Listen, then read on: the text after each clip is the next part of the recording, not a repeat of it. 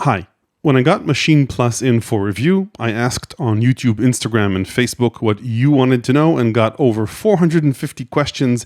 None of you asked that I show you how to make a beat with it, so let's get straight to business. Quick note, if something changes or if I missed something, let me know in the comment section below and I'll add it to the description of this video. Now the questions fell more or less into three groups. How does Maschine Plus compare to a computer with Maschine Mark III, in particular in the areas of CPU performance and plugin availability? How does it perform as a central hub for a hardware-based studio? And how it compares to Akai's MPC line of products. Let's start probably with what's the most important question, I think. Is there anything that Maschine Plus working standalone does that Maschine Mark III and a computer can't? And the short answer is, in almost every material way, no.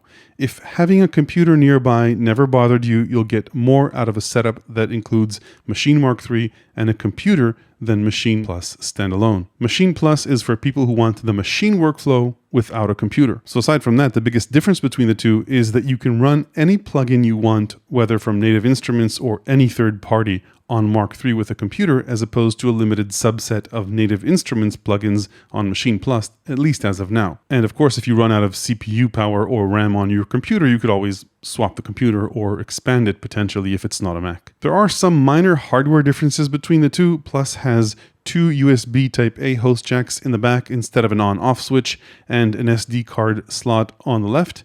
The enclosure is obviously a shiny aluminum compared to a matte black plastic enclosure. Plus does feel more premium, but personally it's not like the plastic enclosure of Mark III ever bothered me. The encoders on Maschine Plus are metal and sort of feel more premium and harder to turn, but frankly I prefer the light touch of the encoders on Maschine Mark III. I think over time these also get variable resistance, but they're fine. There's nothing that I felt that was missing here. The encoders on both machines are touch encoders, which means that you can see parameters when you touch them and then obviously change the parameter. The pads on both feel very similar. Maybe it's psychological. I sort of feel like these are slightly more responsive to the touch. I asked NI about this. They say they're exactly the same pad, but because of the direct connection in here, it might feel like they're more responsive. There are also a few things that can only be done on a computer within the machine environment, regardless of whether you use it as a controller or standalone. So for example, you can't see a graphic representation of automation on the hardware on either one, or create your own custom MIDI instruments to control external gear on the hardware itself on either one. You need to use the software to do that. If you do use the software to create your own custom MIDI instrument, you can obviously put it on both, or put it on standalone, or use it within the software with Mark III. Another advantage to a computer-based setup is that if you do want to pick up a mouse and edit the piano roll, you can do that, though some may call that a distraction, which is why you get into something like this. Another thing that's easy to do on a computer is rename things. You have a keyboard nearby, so if you want to rename a pattern or a scene or a file, you can do that fairly easily. Here, but you have to use the 4D encoder to move around and give a file a name. It's not as fast as a keyboard. It's not too shabby, so if I wanted to do that, it's okay. It works fast, but not as convenient as a keyboard or a touch screen. Another difference, I got asked about Maschine Jam and the Maschine Complete keyboards. You can plug in a MIDI keyboard into the USB port or into the MIDI port, of course, and use them as MIDI keyboards. Currently, the Complete keyboards don't show you parameters, but I know NI is working on that. Maschine Jam doesn't work with this, and of course does work with this. I was also asked about project portability. The answer is yes, you can save a project on Plus standalone and open it in a computer and vice versa. However, of course, if you use plugins that aren't supported on Maschine Plus, they won't work. There's no automated export procedure in the software that will save the files as frozen WAV files and embed that in your project. So you will have to do it manually, and you can, of course, use Maschine Plus as a controller in controller mode with the software in a computer if you want. Okay, next up, CPU performance, probably the most asked question. How does it compare to Maschine Mark III? Obviously, Maschine Mark III can't do anything on its own. It depends on the computer that you're connecting it to. Native Instruments won't say which processor is in here, except that it's an Intel-based quad-core processor. I've seen somewhere leaked that it's an Atom processor.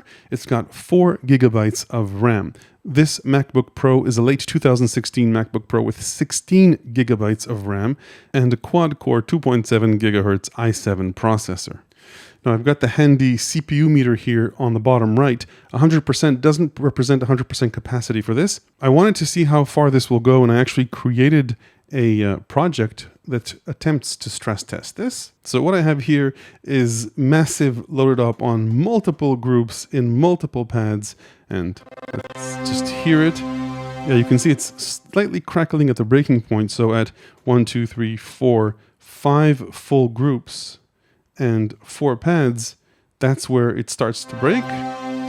And the CPU meter on that shows somewhere around 340%, 350, 330%. If I want to eliminate crackling, I'll erase these pads.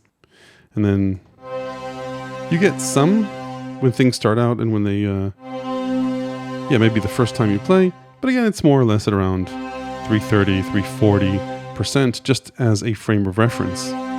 Now, before we start stress testing Maschine Plus by loading multiple instances of every plugin, let's first start with a few real-world scenarios. What I did was go ahead into all the projects that I had on my computer, and there are quite a few here, and ran every single song in every single one of these projects. That's what I do for science, and figured out which are the ones that take the most CPU. Let's take a look at some of the runner-ups, and why don't we, while we're doing this, take a look at relative load times. So I'll go into basic transitions here, hit load at the same time, discard. While we're waiting for this to load, one quick note, when I went through the expansions, I didn't look for the ones that were bundled with Maschine Plus, but rather looked for the ones that take up the most CPU. Anyway, so basic transitions here takes about 120, 130%. Remember, maximum availability is about 330 or 340. So a bit more than a third of the available CPU. Let's try out this project here. Maybe just to make it more interesting. Look at things in the arranger. So we're at around 57% of the CPU. So a MacBook Pro with 4 times the RAM and i7 processors does about twice better than this in this project, sort of in a real world environment. Let's take a look at another one that I found stressed things up. Broken PA appropriately. The scrolling here, by the way, is a bit faster. Anyway, let's load it. Good opportunity to compare load times. Okay, let's try this.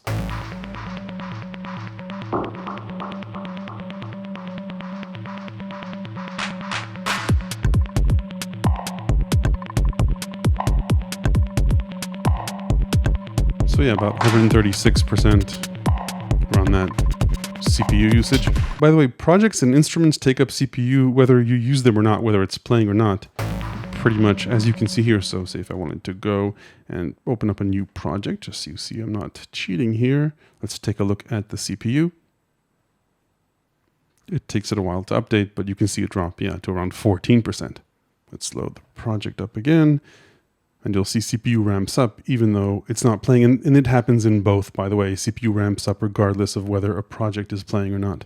Okay, let's check it out here. Again, go into the arranger so it's a bit more visual.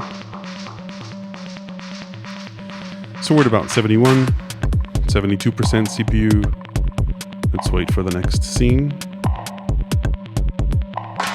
Yeah, seems like CPU usage doesn't change much here between scenes. Now, if you want to abuse both your computer and your Maschine Plus, then the Anima Ascent expansion pack is the one to do it with. Let's just focus on that one. Let's load this guy. That was faster here for some reason. Okay, so let's give this a shot. Getting about, good CPU. Let's skip ahead maybe.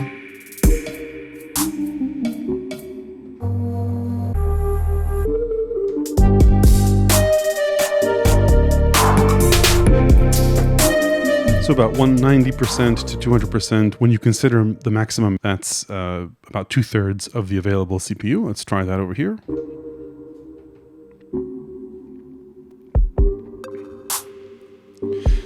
So yeah, 65, 70.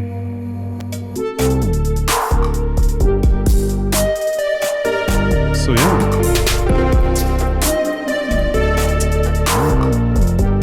So So that's also at the 65 to let's say 75% of CPU range, which I found quite surprising that it performs like on the Mac. So yeah, I would have expected it to choke by now, but it's at 77% at this part. Anyway, let's take a look at what's inside this project. I'll go into the plugins and the sounds. So sample, bunch of samples, occasionally with one or two effects. Tom synth.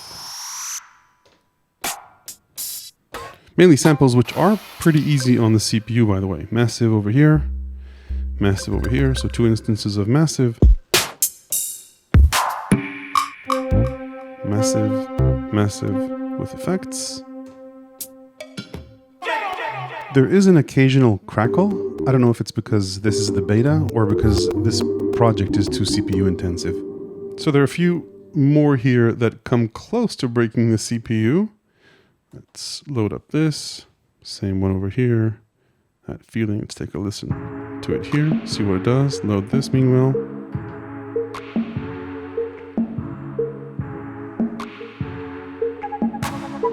So not a big deal over here.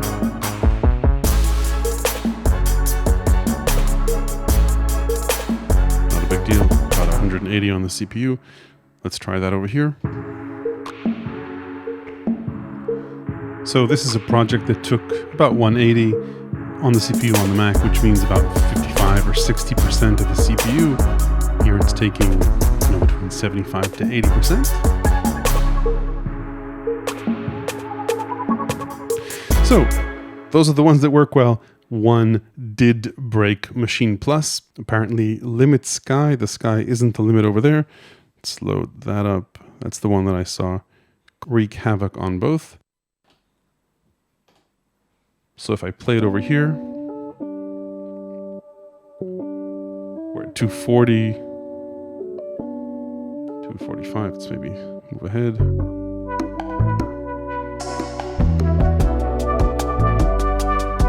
So CPU is pretty high here.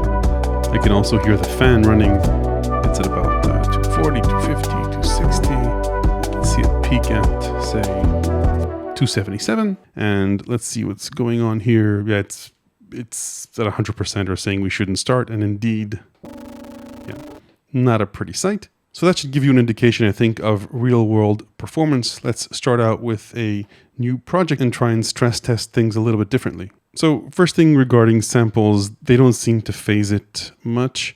Let's maybe go into a simple 808 kit.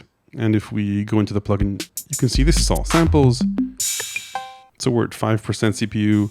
Even if I mash everything here, I can record a quick, just as much noise as possible. Let's take a look at what happened here. So yeah, 10% CPU for this magical pattern. Let's maybe select it and select all and copy it. But if I go ahead and duplicate this group to 3 more groups, yeah, fairly little impact on the processor. So these are the 4 groups. We do need to copy the events. Let's just make a pattern here and shift paste so that we get some triggers. And yeah, play that. Again, no material impact on the CPU. So we're not going to get very far stress testing with the sample plugin. Let's try some of the drum synths, which is a good opportunity to show them off a bit. So they too don't really have any substantial impact. What the hell? Let's just load them up so that we can listen to them.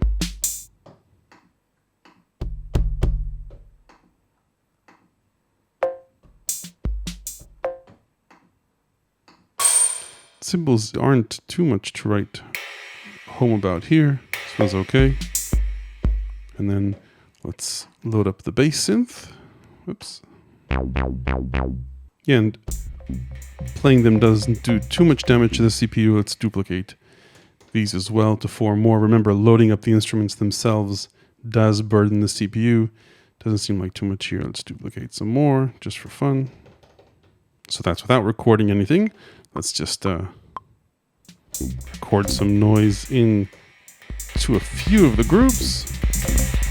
Pardon me for this barbaric way of introducing events into here. We can lower this. So let's just make sure we've got stuff in every group. More or less, so 56 drum and bass synths alternating nonsense gets to about 50 to 60% of the CPU. And let's go and take a look at a few of the built-in instruments. We'll start with FM8, why not? Pick any sound. This is pretty calm. So FM8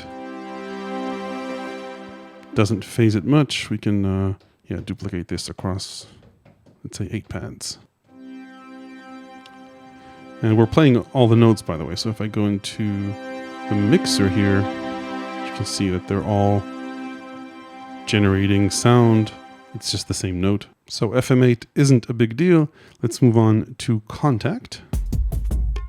Look for a sound that lasts and isn't too annoying. Let's go for E-piano, why not? So Kontakt, we didn't clear these guys out. Let's just clear them out. One instance of Kontakt. Yeah, it doesn't seem to phase it much. Let's duplicate it.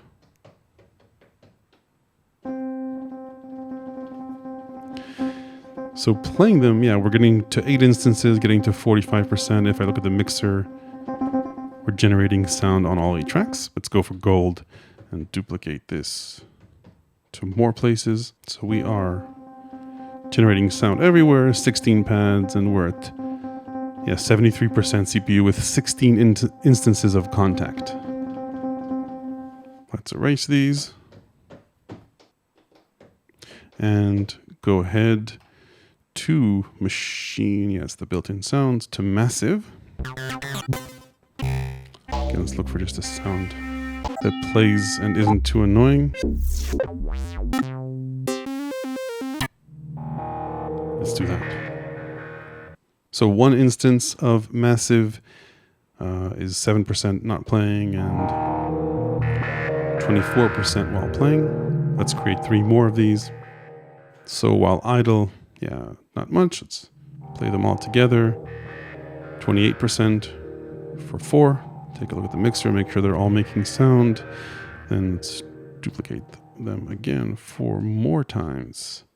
And play them together. 8 instances of Massive. 54, 46%. Let's duplicate them again.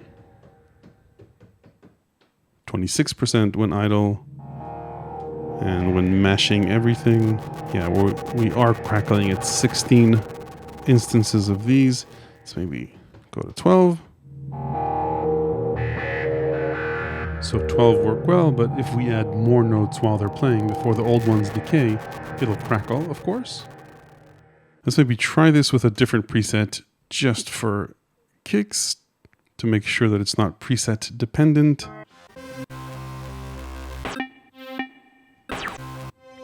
So we try this, another long pad. So how are we doing with 1? 11%. Let's duplicate it 8 times. 41%. Let's do that again to 12. See if this works here. So this preset's handling nicer. Let's take a look at the mixer. We are playing everything at once. So 12 instances of Massive, more or less. On this preset, work fine. Let's duplicate that again. 16 instances mashed. So I guess this is somewhat preset dependent. This seems to work nicely with 78%. So that's enough of Massive. Let's try out some of the other synths. Let's go for Monarch. I think Monarch and Prism are Reaktor ensembles, which mean they I think are a potential for taking up more CPU, I guess. Let's just go with this is fine. So standalone 23%. Let's duplicate this 4 times. Doesn't impact CPU much when idle. Let's play all 4. Let's make sure we're playing all 4. Yep. Okay, we are. So we're not doing much with 4 instances. Let's duplicate again. So hopefully you're starting to get the idea when you play this and when you don't. Let's move ahead to, let's go for Prism. Look for a sound there. Yeah, and I'm sure this will depend on the preset as well, but let's not make it easy. So just loading up Prism, 30%, that's quite a bit when playing this preset. 38%, let's duplicate 4 times. You can see it's getting a bit sluggish when it does that. 43%, 41% for 4 instances of Prism. Let's play them. Are they all playing? Let's check out the mixer. They are. So 56, yeah, so Prism seems to be the biggest CPU hog. Let's do 8 more. You can see it's taking its time. Yeah, and even 8 instances of Prism is too much. One last stress test, and I might fast forward this. Let's load up a different plugin into every slot and see what happens then. So we're going for, let's go for broke, right? For an FM8 and a, whoops. Let's go for a Kontakt one. I'm just loading whatever, the first one. And then how are we doing on CPU? 10%. Let's go for a massive, let's just get out of here, go into here, and yeah, whatever. Check the CPU, 11%. When not playing, let's load up another one. Monarch. Let's go for this. Check out the CPU. 27%. And when I'm playing the different ones, that's what we get. Let's do one more. Why not? Go for Prism. Let's go for this again. So we've loaded FM8, Kontakt, Massive, Monarch, which is Reaktor, and Prism, which is Reaktor, and playing them all together, you know, gets us about here. Let's duplicate each of them. So 10, 2 of each. When idle, about 57 or whatever percent. Let's just mash everything. 73%.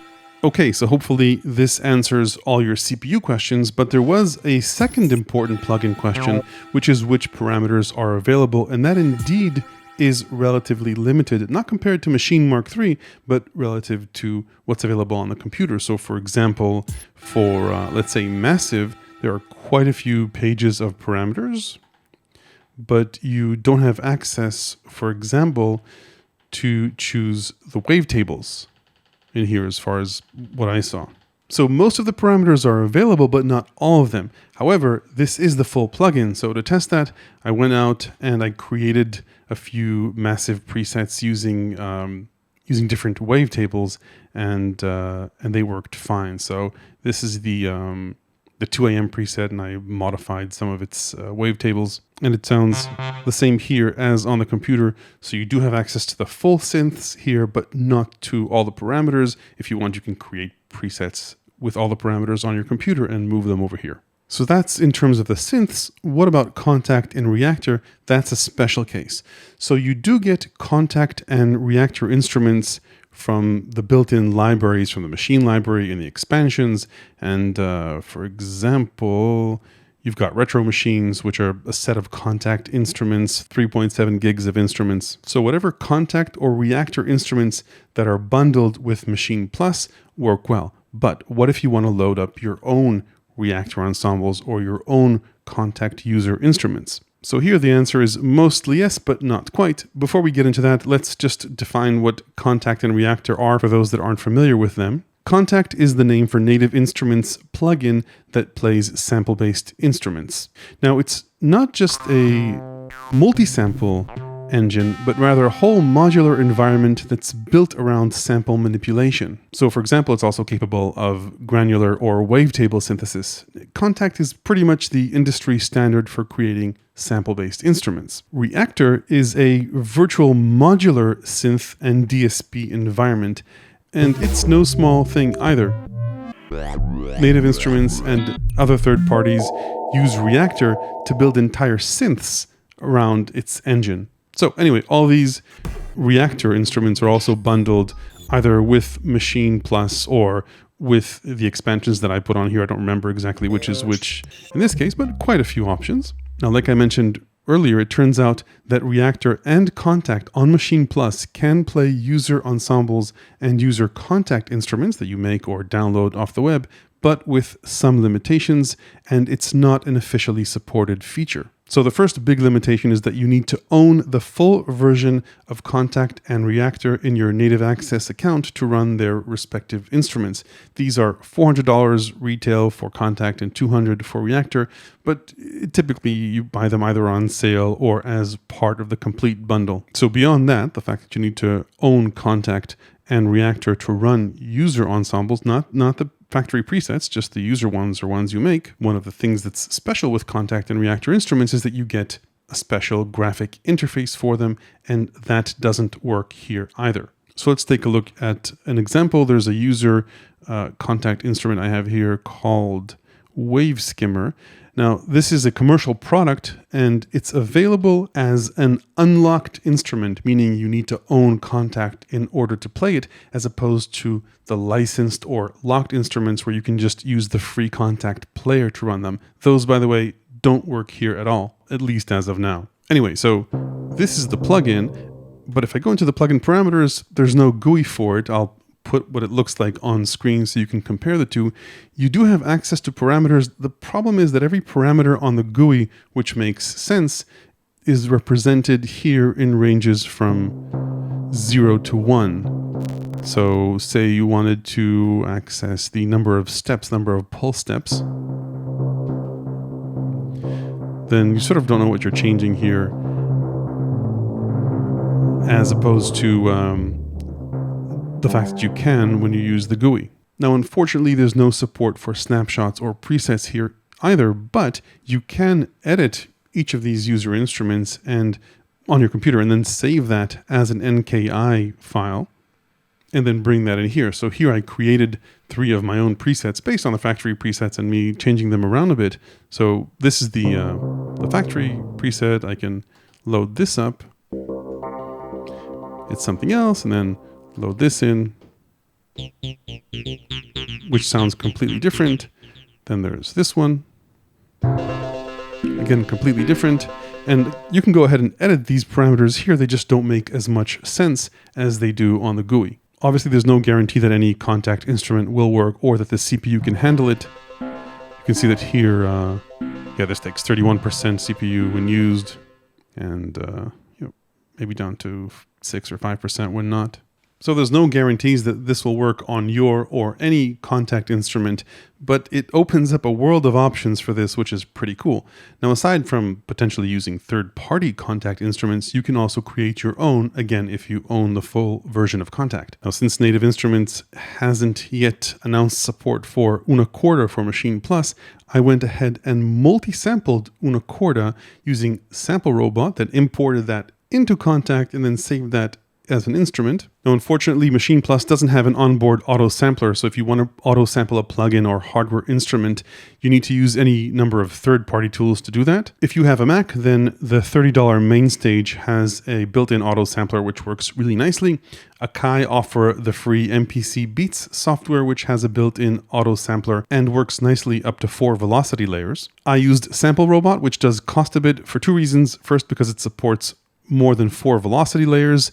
I went for 6 velocity layers in here, and more importantly, it exports all the auto samples it creates neatly into an organized format called SXT, which you can read in Kontakt 5, though not in Kontakt 6 for some reason. Anyway, this means that rather than having to organize samples myself in Kontakt, which isn't that difficult but still takes time, I can just import 181 multi-samples in this case and save them as an NKI literally in under a minute. Anyway, I sampled una corda every 3 semitones at 6 velocity layers. Let's load this up, and take 6% CPU when not used. And let's open up a keyboard.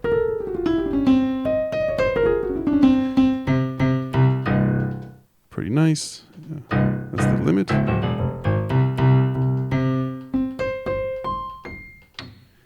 And yeah, not too shabby to get a piano like that over here. Now, aside from loading in multi-samples, you could also use any of the Kontakt effects or envelopes or wavetable synth or whatever else that's in there. I sampled Siren in here and then created a plugin that has all these parameters. So say a built-in reverb, which you can control. Yeah, and obviously it's beyond the scope of this video to make a full Kontakt tutorial. Rex files and Akai SND files don't work on Maschine within Kontakt instruments. Of course, there's no guarantee that anything will work, but you know, the few things that I tried here, the few effects that I tried to drop onto these samples worked really nicely. One interesting thing, by the way, is that Kontakt on Maschine Plus does support streaming of files off the SD card. I've not stress tested this, but that means that theoretically you could load up Kontakt instruments that are much bigger than the 4 GB available as RAM here. Anyway, that's it for Kontakt. Same deal for Reaktor ensembles. There's no graphical interface, nothing is guaranteed to work, and there's no built-in supports for presets. Also, Reaktor blocks doesn't work here, at least for now. Now, I didn't do extensive testing here, but I did load up Subharmonic from the Reaktor user library. Let's just move into Reaktor user samples.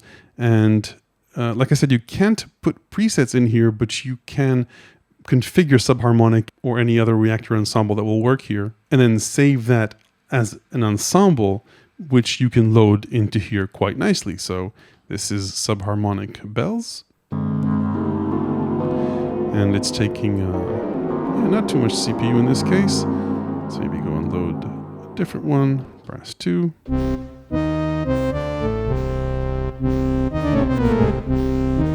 So yeah, this is a Reaktor ensemble from the open Reaktor library. You get whatever parameters that the ensemble maker has made available. And yeah, there are a few pages of these here, which is pretty nice, just no graphical user interface. And again, for this to work, you do need to own the full version of Reaktor in your native access account. Okay, the next set of questions I got was how Maschine Plus performs as a studio hub, meaning for controlling other synths or drum machines. And the answer is, I think, pretty well. Technically, it only has one 5-pin MIDI output, which indeed is limiting. However, I did try and connect multiple USB instruments to it, and it worked quite nicely. Not only that, I did it with an unpowered USB hub. So you can just plug this back here. And I've got a Korg NTS1 here. Let's just plug that in over USB and clean this up a bit. And this is an unpowered hub. Let's get Noodler into here. Hopefully I don't make too much of a mess, just temporarily. And plug that into the hub as well. So there was a little power outage there, but now they're both connected.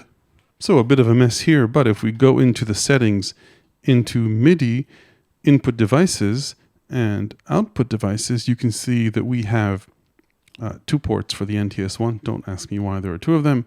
And 4 ports for the Noodler. This has 4 tracks. And same on the input.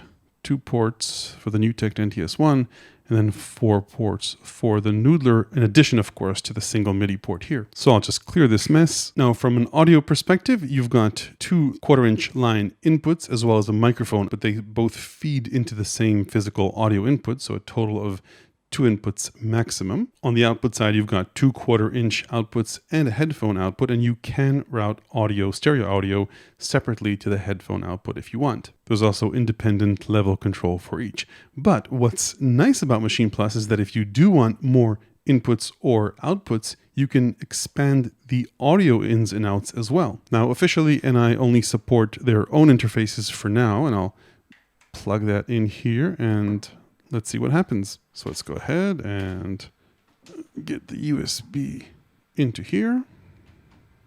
Now, unlike MIDI, for audio, it's either or. So you can't use the built-in audio interface in addition to an external one. But if I tap here, you can see I've got a brand new interface available, which is this guy. So this interface gives you 6 ins and outs, phantom power for mics, and more I/O over here in the back. It also adds MIDI, by the way. So if we go into settings and into MIDI, you can see that we now have the complete audio MIDI in and out, in addition to the Maschine Plus, MAS Plus output. So that's pretty cool. This adds both audio and MIDI to your setup if you want. Unofficially, this supports class-compliant devices, so I was able to hook up AudioFuse Studio to it, get 8 inputs and 8 outputs. I didn't do extensive testing. I think there was a bit of a CPU hit to that, and all this is in beta, so who knows how it will perform eventually. But if you need a bunch of additional inputs and outputs, you can add that here. If you want to control MIDI gear from Maschine Plus, you can load up external instruments. These are factory-defined instruments, and there are quite a few in here that you can choose from with a few subtypes. And if your instrument isn't in here, you can also create your own template for any synth that can accept MIDI CC controls.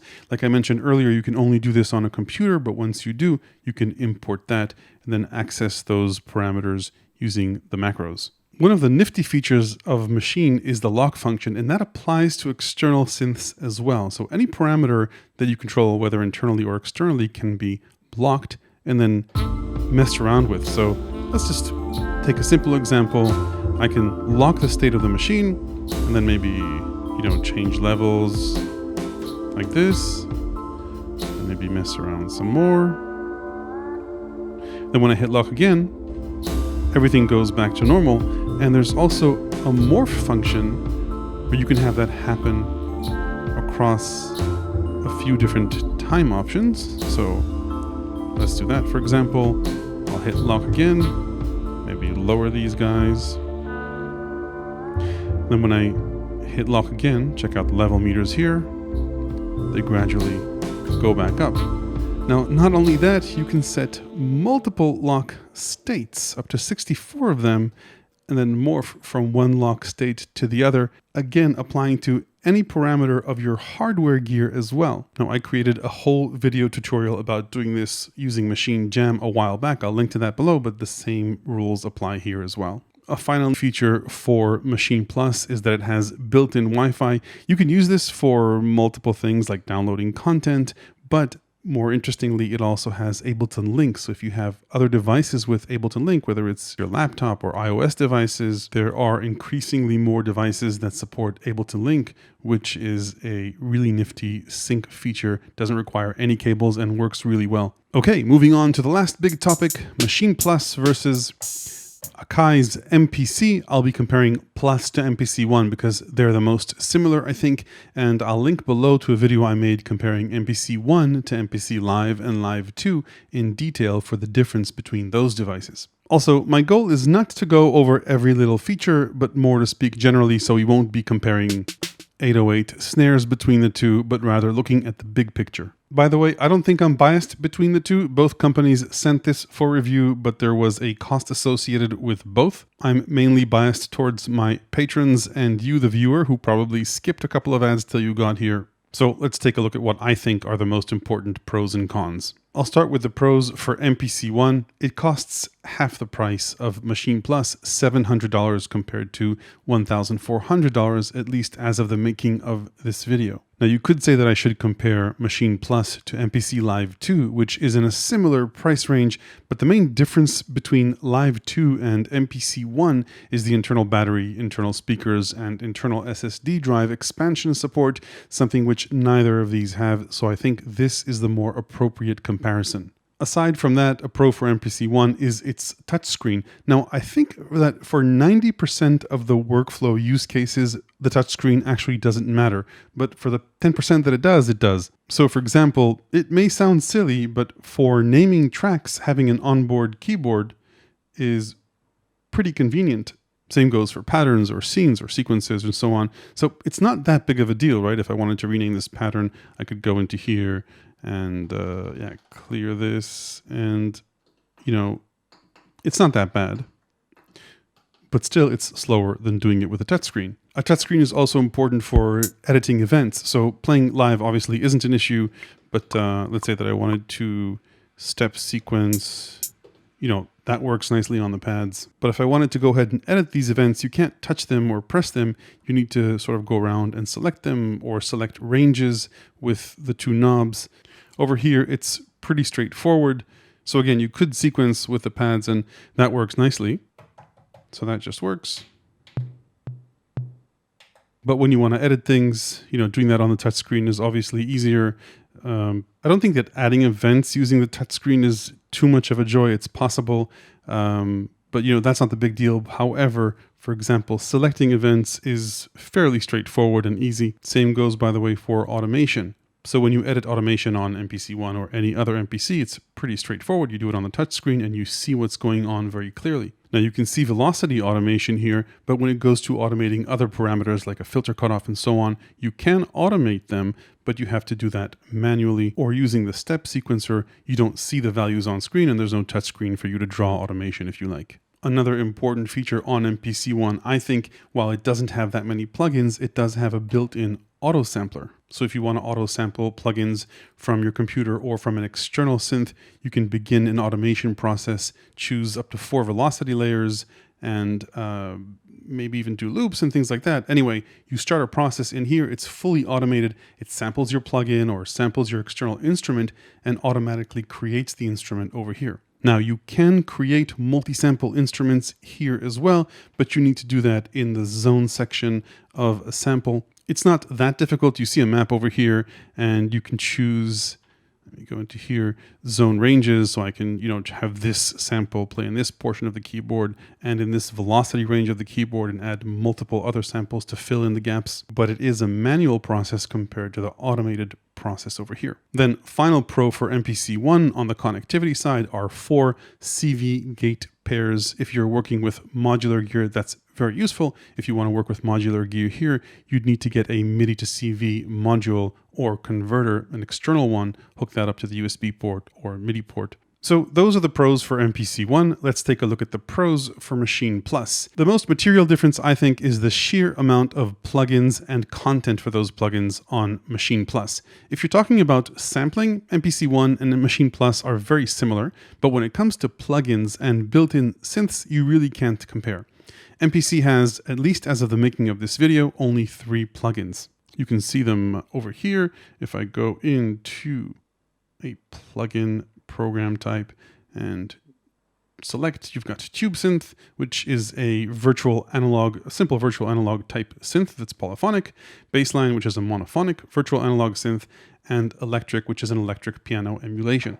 So 3 plugins or synths, and that's pretty much it. Now it does come with a bunch of bundled content, a bunch of bundled instruments in the expansions. So there are pianos, basses, violins, and so forth in the expansions as multi-sample instruments. However, the synths themselves are pretty simple. So let's go, for example, for Tube Synth.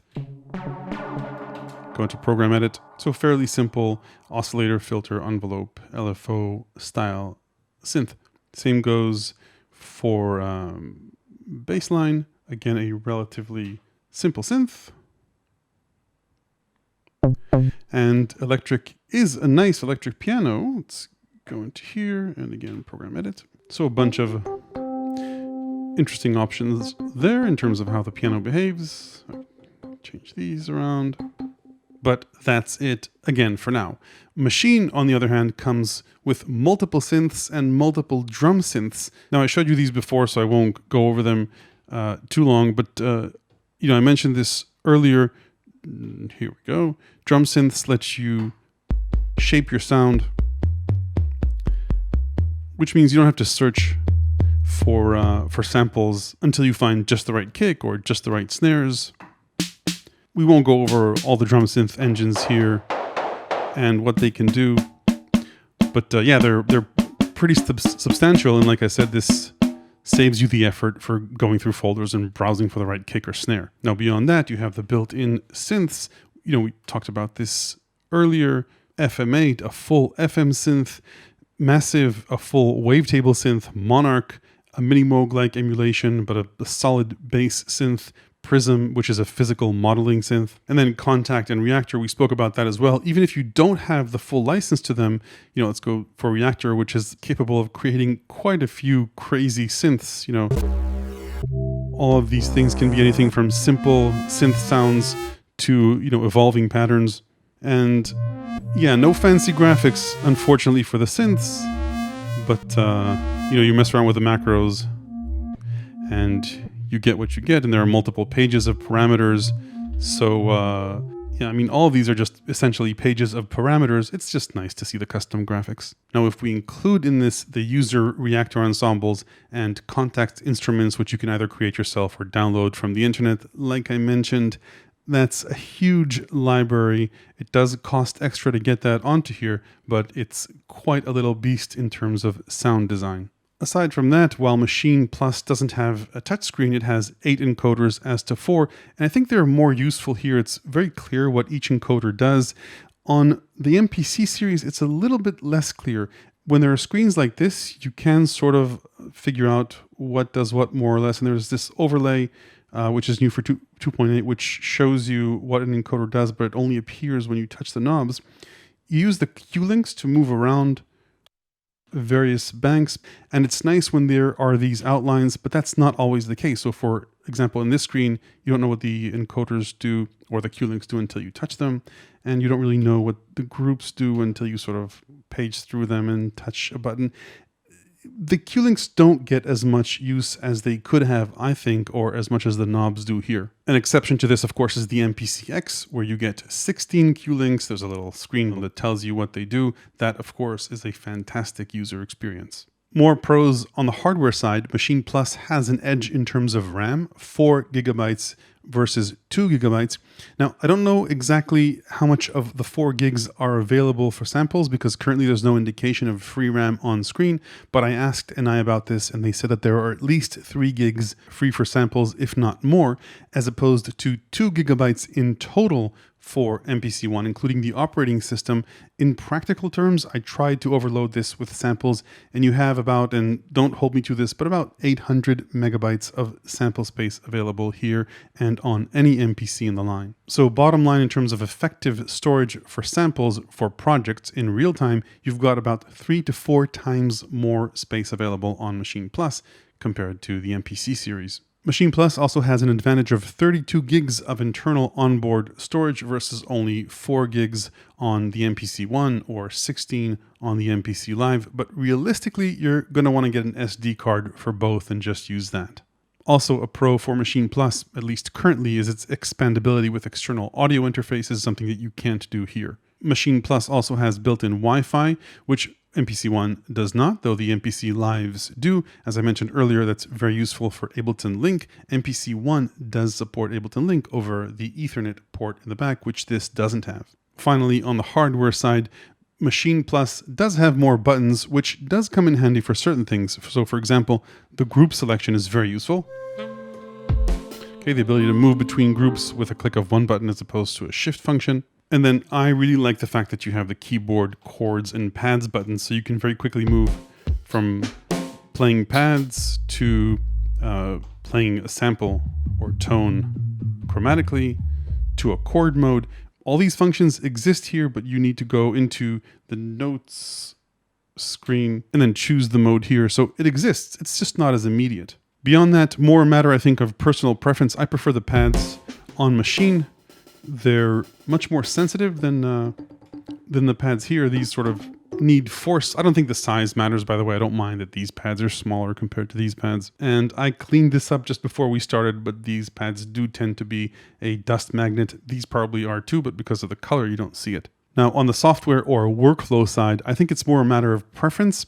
We won't look at everything in detail, but I think overall, the workflow in MPC is sort of one of separate silos compared to the Maschine workflow, which is a bit more unified. Now, that doesn't mean that one is better than the other, but for example, in the MPC, the looper is its own thing, and it's sort of limited into this box. If you want to launch clips and time stretch them, that exists in the clips type program, and that sort of lives in its own separate thing. And then if you just want audio in your project, that lives separately from MIDI tracks in audio tracks, and you can only have 8 of them, but you may not need more than that. The point is that it's sort of siloed, if you get the idea.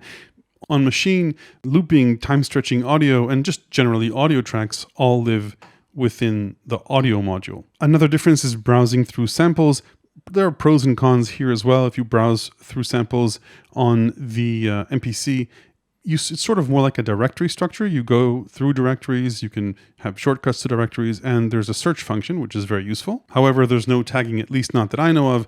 Within Maschine, it's much more convenient to sort of go between either your projects or groups or sounds, and then go by type and go by product if you like. And yeah, there's, say, if I go through sounds, things are categorized, very nicely, including subcategories. So it's easier to find things. That said, and I understand this is a temporary issue for the first version of Maschine. Currently, you need to put all your samples in a single folder on the SD card. There's no support for external drives yet, but I'm told that's coming. Another interesting potential difference on the firmware side or software side is disk streaming. Now, neither support disk streaming for samples or audio tracks currently. However, like I mentioned earlier, Kontakt supports disk streaming inherently natively. So subject to CPU usage, and I haven't tested this, you could potentially load up instruments that are way bigger than the total RAM that's available here. In terms of arranging songs, the workflow is also different. I'll talk about clips in a second, which is a game changer in terms of Maschine Plus,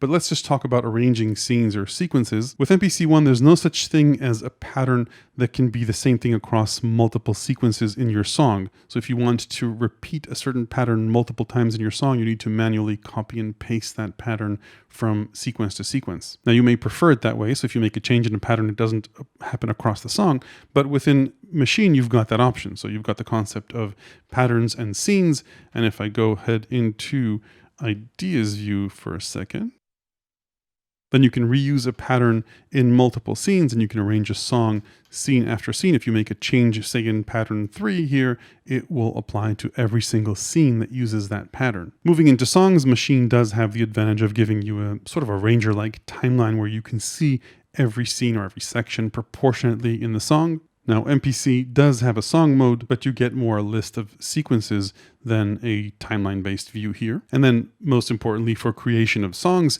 with Maschine 2.12, they've now introduced the concept of clips, which means you can take any bit of MIDI or audio, drop it anywhere you want on the timeline. So, for example, I could create a clip here. It's its own entity, and I can move that around wherever I want. I can change its length, and you can see that it overlaps scenes, wherever you want to put it. This can be either an audio file or just MIDI notes that you play on the pads. You can also just record directly onto the timeline. So if you don't want a workflow that's based on scenes and patterns and just want to play different tracks onto different tracks on a timeline, you can do that. Now, Akai have been hinting at an arranger for the MPC series, so hopefully that's coming here too as well. Finally, on the software side, I think the lock function, we talked about that earlier, so I won't repeat it again, is super powerful. As a performance tool, you can lock the state of the machine, change parameters, and then immediately revert back. Something like that doesn't exist here to my knowledge, and it would be nice if they added it. Now, MPC also has performance and software features that Maschine doesn't. For example, you can program custom chords here, which for some reason you can't over here. There's splice integration on the MPC series if that's important to you, whereas there's no wireless sync option on Maschine, which would be fantastic, quite frankly. And there are, of course, plenty more differences, pros and cons for each, none that I think are material. However, if you disagree, now would be a great time to go ahead and leave a comment below. So that's pretty much it for this video. If you liked the insights you heard, there are plenty more in my ever-expanding book available to the good people who support this channel on Patreon. Hit like if this was useful. Don't forget to ring the bell after subscribing to make sure you don't miss the next one. Thanks for watching.